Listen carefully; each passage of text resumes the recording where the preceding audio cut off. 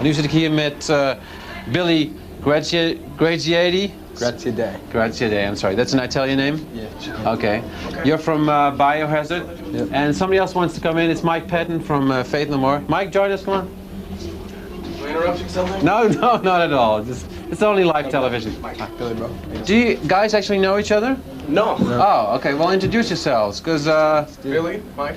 Mike, right? You're from the singer of Faith No More, and we want to discuss. You guys played earlier with your bands earlier tonight. We got a mutual friend. We do? Who's the mutual friend? Do you know Umbar? Yeah. He's a good friend of mine. You know he passed away? Yeah. Well, okay, thanks. Let's just introduce Biohazard a little bit to people who are not familiar with the band. You're a band from New York. You made a couple of CDs so far, and 3, right? What else can you tell us about the band? Just in short, as an introduction to somebody who doesn't know anything. Been around for like 7 years. Started in late 80s, 87, 8 years actually, and been around different record labels, independent labels, and ended up in Warner Brothers for the latest album and for the rest of our career probably. Right, and what do you think was the main musical influence of the band? It was a combination of hip hop and metal, wasn't it that? No, it was we would have been influenced from all different types of music growing up. You would have found like a lot of punk rock albums, early punk rock, to like earlier hardcore albums, and then you'd find like Rapper's Delight in our record collection next to like a Led Zeppelin or Black Sabbath album, stuff like that. Okay, let me translate just a little bit. Hij vertelt dat de platencollectie van de bandleden zich uitstrekt van de Rapper's Delight, wat een soort vroege hip-hop is, tot Led Zeppelin en meer metal-achtige genres. The band's from New York. Your band, Faith No More, is from the West Coast. We're gonna have a look at a little bit of your show later on. First, we're gonna have a look at the Biohazard show. There was a spectacular moment, which we'll see on tape, when storm and thunder broke out, and this band was playing really heavy and was really impressive. But first, before that, we organized that. Oh, great! Well, and before that, you did a cover of a hip-hop song, Cypress Hill, Ain't Going Out Like That. Yeah. So let's have a look at that, okay? We kijken even naar Biohazard live eerder op de avond. 8 minutes we watched. I saw your guitar player was actually at some point putting his finger in his throat. Why was he doing that? Entertainment. Oh, is that so? He wasn't feeling sick or anything? No, well, you know. What do you think? I just don't know. run around on stage sometimes if you don't time your food right in the morning. Yeah, the catering here was probably, the fish was a little bad. Yeah. Probably got to him. All right, okay. How did you, what were your feelings about playing in this ambiance of thunder and rain and... Great. Couldn't ask for anything better. Yeah. It suits the atmosphere of the songs? Yeah. Fire and brimstone. So it's just cool, it's cool. We just sit on stage and be playing and watch the clouds open up all dark, during punishment, which is pretty ironic.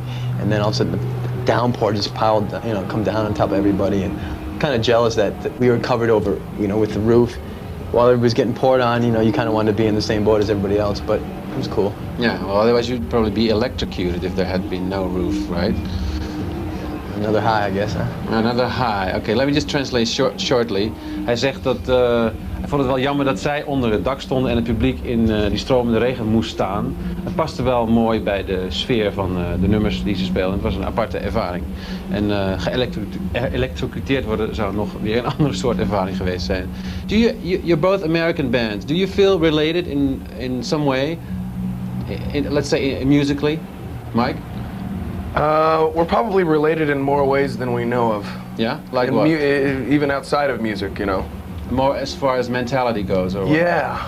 Like, we know what it means to eat bad food and, be in Omaha, Nebraska and go bowling and things like that. Yeah. And very common basic things. And what it's like to American things. What's it like to be like different in a country like the United States? Different than like your average American? Sorry, I didn't understand. Like you guys, I mean, you're not your average American, so you probably feel you have something in common, where as far as being different, from the average American goes.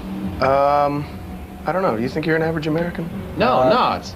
I think, you know, I don't know. I'm myself. Everybody else is different. You know, what I like is what I like. Yeah, right. We're normal Americans. Oh, you're normal Americans. Absolutely. Okay. Yeah. What about the other Americans then? They're the weirdos. Yeah, Yeah. I don't know what's going on with them. They're freaks. In office. Yeah? They're the weirdos. Okay. Hamburger eating freaks. Ja, right. Oké, nou dus zij zijn niet de alternatievelingen of de mensen die anders zijn, maar dat zijn die anderen allemaal die gewoon van 9 tot 5 naar kantoor gaan. That was nice.